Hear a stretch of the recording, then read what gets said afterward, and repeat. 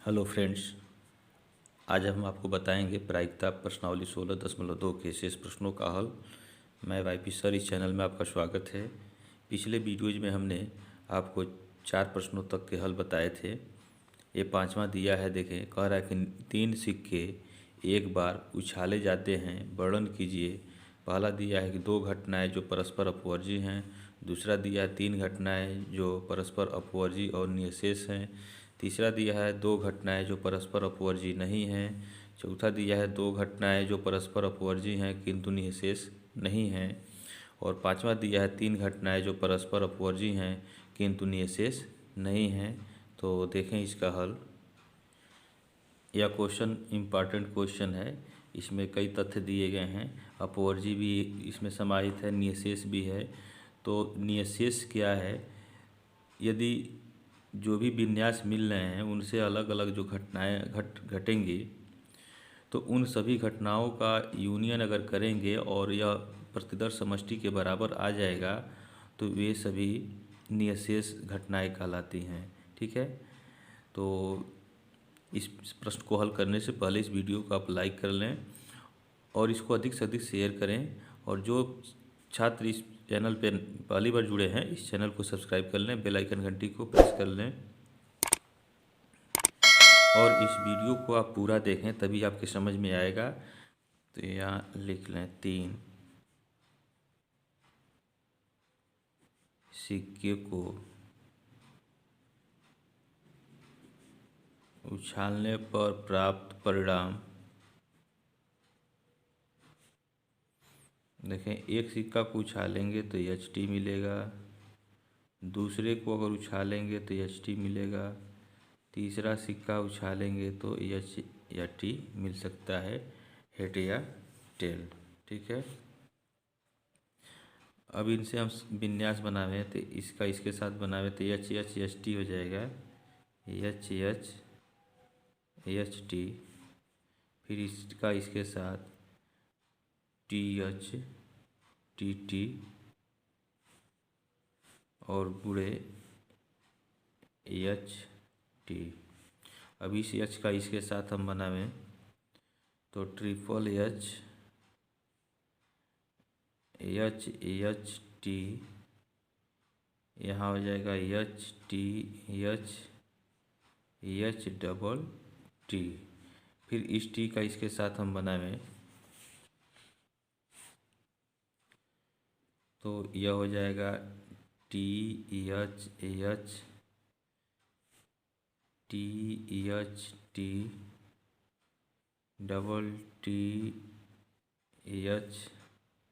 और triple T हो जाएगा। ठीक है। तो 1 2 3 4 5 6 7 8 विन्यास इसमें होंगे। यही जो है प्रतिदर्श समष्टि हो जाएगा। यहाँ लिख लें प्रतिदर्श समष्टि यस बराबर। ठीक है। अब हम इस प्रतिदर्श समष्टि से भिन्न भिन्न घटनाओं को हम लिख सकते हैं। घटना A हम मान लें 3 चित्त प्राप्त होना, 3 चित्त प्राप्त होना या प्रकट होना। तो 3 चित्त इसमें जो है केवल एक ही विन्यास है। ठीक है। तो यहाँ लिख लें ट्रिपल H। ठीक है। यह घटना A हो गया।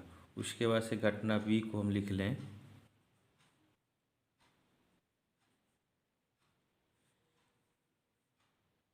3 पट प्राप्त होना,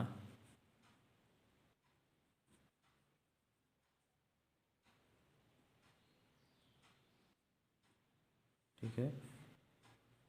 अब देखें 3 पट जो है केवल एक ही विन्यास इसमें भी है, तो यहाँ जो है ट्रिपल T लिख लें।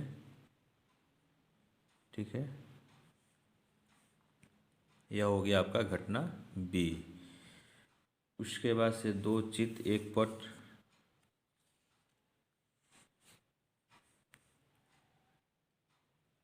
घटना C। दो चित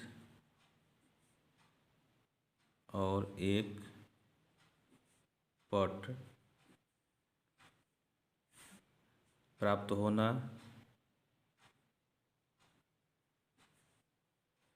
तो दो चित जिसमें हो उसको हम लिख लें उन विन्यासों को। तो दो चित देखें यहाँ है तो डबल एच टी हो जाएगा, एच टी एच और टी एच एच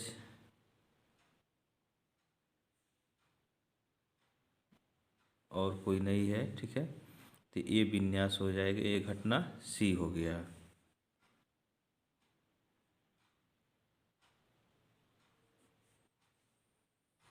अब घटना डी लिख लें, एक चित और दो पट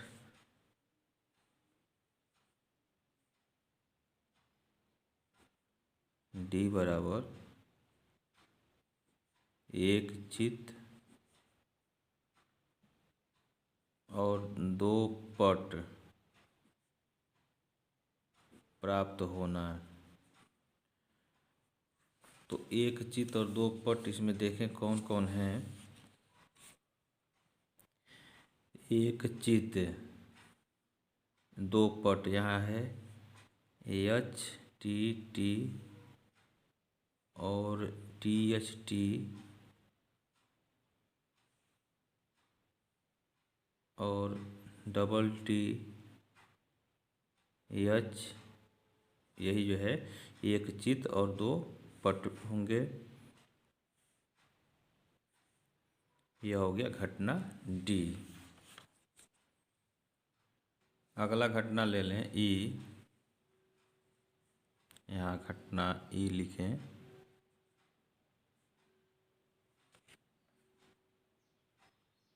अधिकतम दो चित प्राप्त होना। ठीक है, तो अधिकतम दो चित प्राप्त होना, तो उसमें एक भी हो सकता है। ठीक है, एक भी नहीं हो सकता है। अधिकतम दो चित का मतलब इसमें एक एक भी जो है चित न हो, यानी ट्रिपल टी हो सकता है।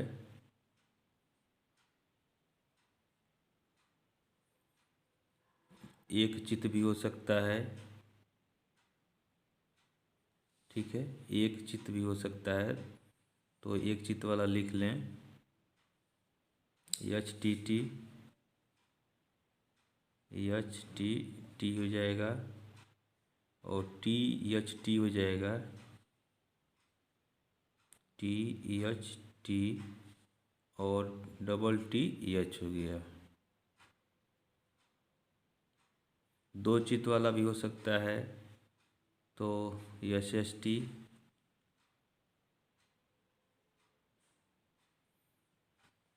उसके बाद से एच टी एच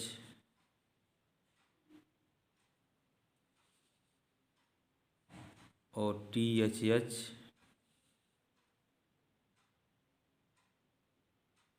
यह जो है अधिकतम दो चित का प्राप्त होना है। ठीक है, यह घटना आपका ई हो गया। अब फिर घटना हम एफ निकाल लें। घटना एफ लिखें, न्यूनतम दो पट दिखना या प्राप्त होना। तो न्यूनतम दो पट दिखना यानी कम से कम दो पट हो सकता है, अधिक से अधिक तीन पट उसमें विन्यास हो सकते हैं। तो देखें इसमें न्यूनतम दो पट, तो दो पट वाला पहले हम लिख लें। तो दो पट वाला यह एच एस टी है, एच टी टी है। ठीक है, एच टी टी उसके बाद T H T T H T और फिर जो है डबल टी एच हो गया।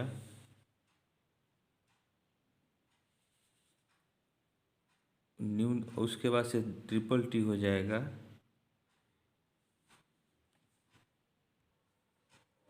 ट्रिपल टी हो गया। ठीक है, तो यह हो गया आपका घटना एफ। फिर इसी तरह से घटना जी निकाल लें। न्यूनतम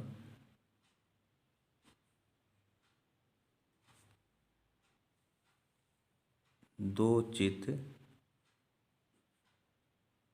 प्राप्त होना। तो इसमें देखें न्यूनतम दो चित कह रहा है, न्यूनतम दो चित और अधिकतम तीन चित हो सकता है। तो न्यूनतम दो चित वाला इसमें देखें, यह एच एस टी है, H T H T H T H, और कहाँ कहीं दो चित है, देखें यहाँ टी एच एच है और दो चित वाले तो हो गए, और अधिकतम जो है तीन चित हो सकता है, तो ट्रिपल एच हो जाएगा। यह हो गया आपका घटना जी। तो ये सभी घटनाएं हम लिख लिए। अब इसके बाद से ये जो दिया है, अब इसमें हम देखेंगे कि ऐसी दो घटनाएं जो परस्पर अपवर्जी हैं, इनको हमको देखना है। तो यहाँ देखें, एक घटना ए जो है इसमें ट्रिपल एच है, घटना बी जो है ट्रिपल टी है। तो इस यह जो है ए इंटरसेक्शन बी जो है फाई है, तो इसलिए ए और बी क्या हो जाएगा, यह अपवर्जी हो जाएगा। तो यहाँ लिख लें, पहले के लिए लिखें, चूँकि A intersection B is equal to phi, इसलिए ए और बी परस्पर अपवर्जी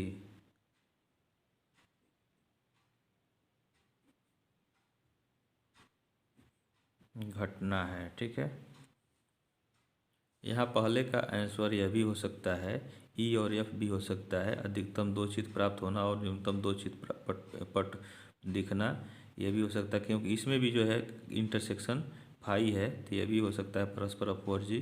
तो हमें केवल एक ही उदाहरण देना है, तो इसको हम लिख लिए। ठीक है, इसके बाद से सेकेंड देखें,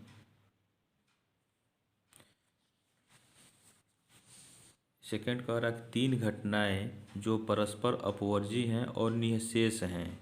देखें, एक घटना ए देखें, यह ट्रिपल एच दिया है, और सी घटना सी जो है double H T H S दिया हुआ है।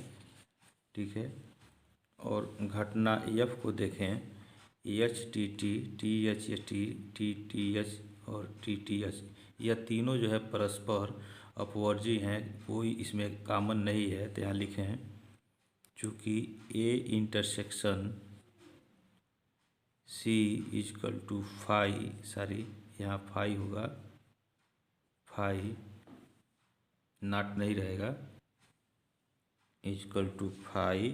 ठीक है, तो ए में ट्रिपल एच है और सी में यह दिया हुआ है, तो इसमें कॉमन नहीं है, इंटरसेक्शन फाई है, तो इसलिए यह जो है अपवर्जी हो जाएगा ए और सी। इसी तरह से अब देखें, सी और एफ, सी इंटरसेक्शन एफ, यह भी जो है फाई के बराबर होगा। देखें, सी में जो है यह एच टी टी है, और एफ में यहाँ देखें, यहाँ एफ में एच टी टी कहीं नहीं है, एच टी एच इसमें है, इसमें नहीं है, टी डबल एच है, इसमें नहीं है। तो इस तरह से सी इंटरसेक्शन एफ भी जो फाई के बराबर हो गया। तो इस तरह से सी और एफ क्या है, परस्पर अपवर्जी हो जाएगा। और ए और एफ का देख लें, यह ए है और यह जो है आपका एफ है, तो इसमें ट्रिपल एच है और इसमें कहीं ट्रिपल एच नहीं है। तो यहाँ लिख लें, तथा A intersection F is equal to phi. इस तरह से ए और एफ भी जो है परस्पर अपवर्जी हो गया। ठीक, अब इन दोनों को अगर हम जोड़ दें, तो यहाँ लिख लें पहले, इसलिए ए सी और एफ परस्पर अपवर्जी हैं, ठीक है। और इसमें कुछ दिखाना है, देखें, और निःशेष हैं। निःशेष का मतलब इन सबका यूनियन किया जाए तो वह प्रतिदर्श समष्टि के बराबर हो जाए। तो यहाँ देखें, ए यूनियन सी और यूनियन एफ अगर हम करें तो ए जो है आपका यह है ट्रिपल एच है, और सी में जो है ट्रिपल एच नहीं है तो ट्रिपल एच रहेगा ही, तो यहाँ ट्रिपल एच हम लिख लें, ठीक है। उसके बाद से यूनियन सी को हम पहले यहाँ लिख लें, H H T H T H H H T H T H और टी एच एच, यह हो गया सी। और यूनियन एफ को लिख लें, एफ देखें यह है H T T T H T double T H triple T, ठीक है। H T H T double T H और ट्रिपल टी हमने लिख लिया, यह हो गया एफ। अब इसको देखें, यह ट्रिपल एच हो जाएगा, ठीक है। इसको मझोले कोष्ठक में लिख लें, डबल एच टी कहीं नहीं है तो इसको भी लिखना होगा, एच टी एच कहीं नहीं है तो इसको भी लिख लेंगे, ठीक है। टी एच एच हो गया। उसके बाद से H T H T double T H और ट्रिपल टी, 2 2 4 2 6 2 8, यह किसके बराबर हो गया? यह प्रतिदर्श समष्टि यश के बराबर हो गया, ठीक है। तो यहाँ हम लिख सकते हैं, अतः घटना ए सी और एफ निःशेष हैं, ठीक है। अब देखें इसका तीसरा, देखें तीसरा कह रहा है, दो घटनाएं लिखिए जो परस्पर अपवर्जी नहीं हैं, यानी दोनों में कुछ न कुछ कॉमन हो। तो इस तरह के कई उदाहरण हो सकते हैं आपके। तो अब जैसे देख लें, यहाँ यह घटना बी दिया है, इसमें ट्रिपल टी है, और घटना ई दिया है, इसमें भी ट्रिपल टी है। तो ये जो दोनों जो है परस्पर अपवर्जी नहीं है। इसी तरह से और भी मिल जाएगा, तो लिख लें यहाँ, चूँकि बी इंटरसेक्शन ई बराबर, इसमें जो है इंटरसेक्शन मिल रहा है ट्रिपल टी, ठीक है। और यह जो है फाई के बराबर नहीं है, तो इसलिए घटना बी और ई परस्पर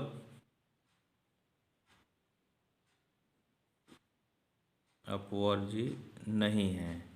अब इसका चौथा देखें,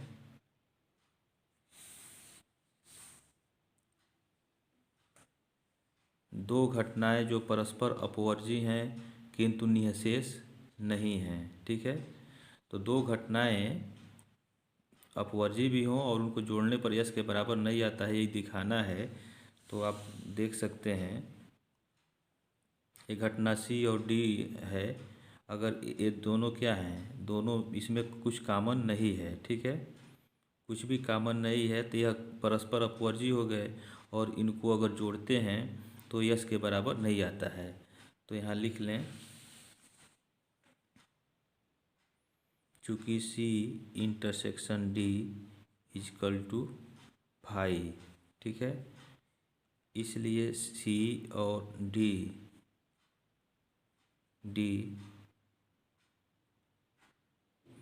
परस्पर अपवर्जी हैं। अब सी यूनियन डी निकाल लें तो सी का मान जो है देखें, यह